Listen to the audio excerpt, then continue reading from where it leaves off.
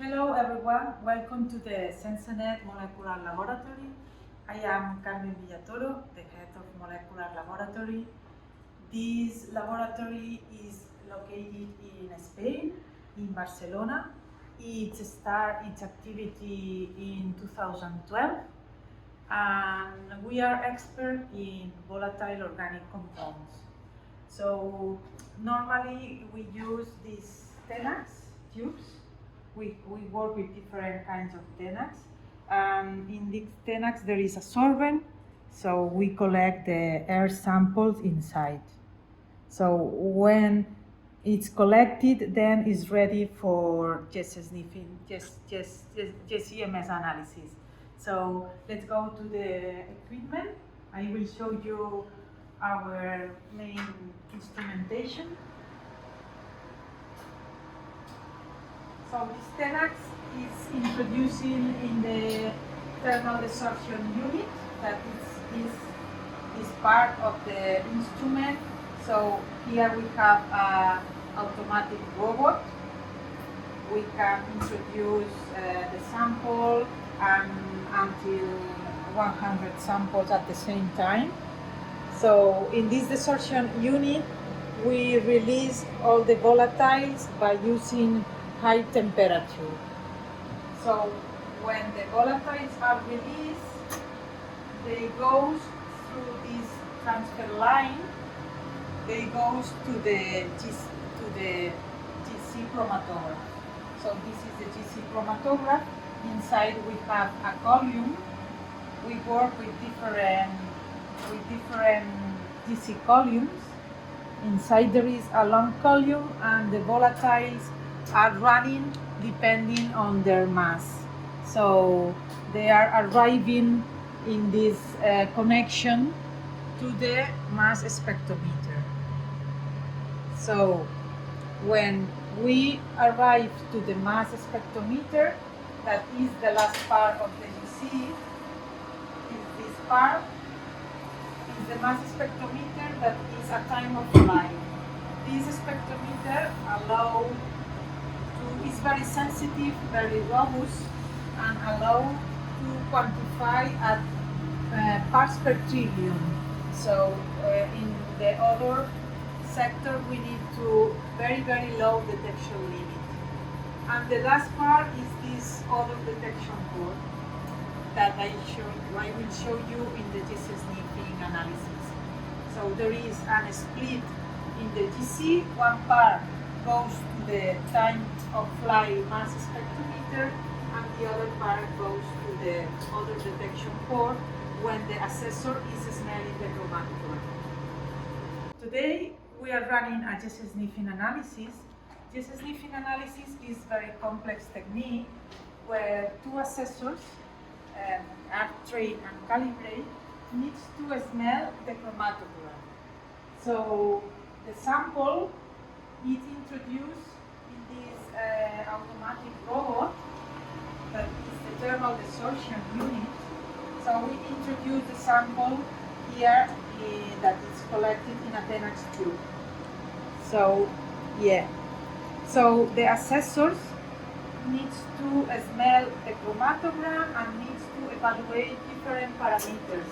One parameter is odor intensity in odor scale from 1, that is very weak smell, to 5, that is very strong smell.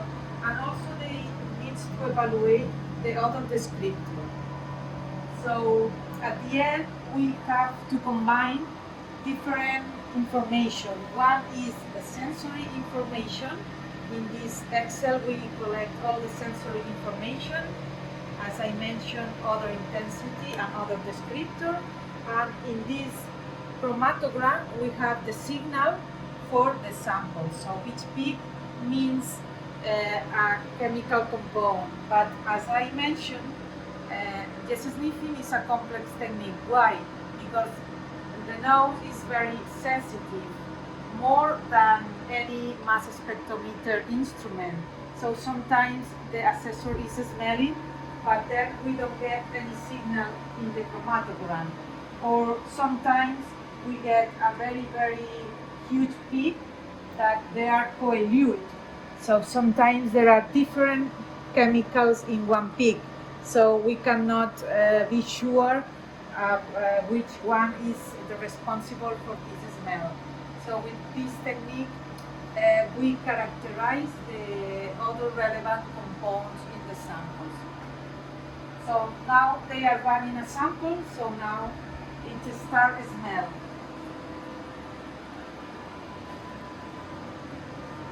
Ya, cítrico, limón, un 2.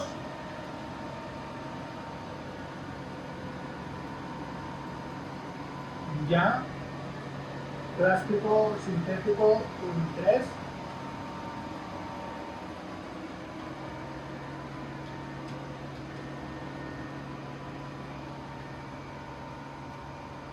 Ya, quemado. First of all, I want to show you how we sampling. So sampling is very critical step because we need to optimize the volume we need to sampling depending on the matrix.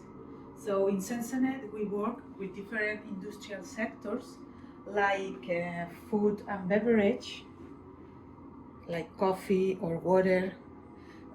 Also we work with cosmetics and fragrances sector, and other sector we work is in packaging, PET plastics, silicones, and this other example of samples is polymer, different kind of polymer from recycled plastics, and also we in consumer goods, in different kind of consumer goods. So depending on the sample, we use two different sampling methodologies. So in this case, in this sample, we use a static headspace methodology. So we confine these globes in an cellophane bag and we fill with clean air. So then we need to collect these volatiles in a 10x tube. So by using a manual pump, and we collect a specific volume. So and depending on the matrix, also we use one instrument that is called microchambers. So this instrument, there are small microchambers like here. So in these microchambers we can introduce a solid, a liquid or a gas. So then we introduce in the instrument, and this methodology is called dynamic headspace because we pass a flow of nitrogen. We close very well the microchamber, well, and then we put it at 10x tube. This is a 10x tube with a sorbent, and through the nitrogen also we can heat until 250 degrees. So then we collect a specific volume of the headspace generated in this sample. But as I said, it's very critical, so we need every time, depending on the matrix, we need to optimize the volume, the temperature, etc.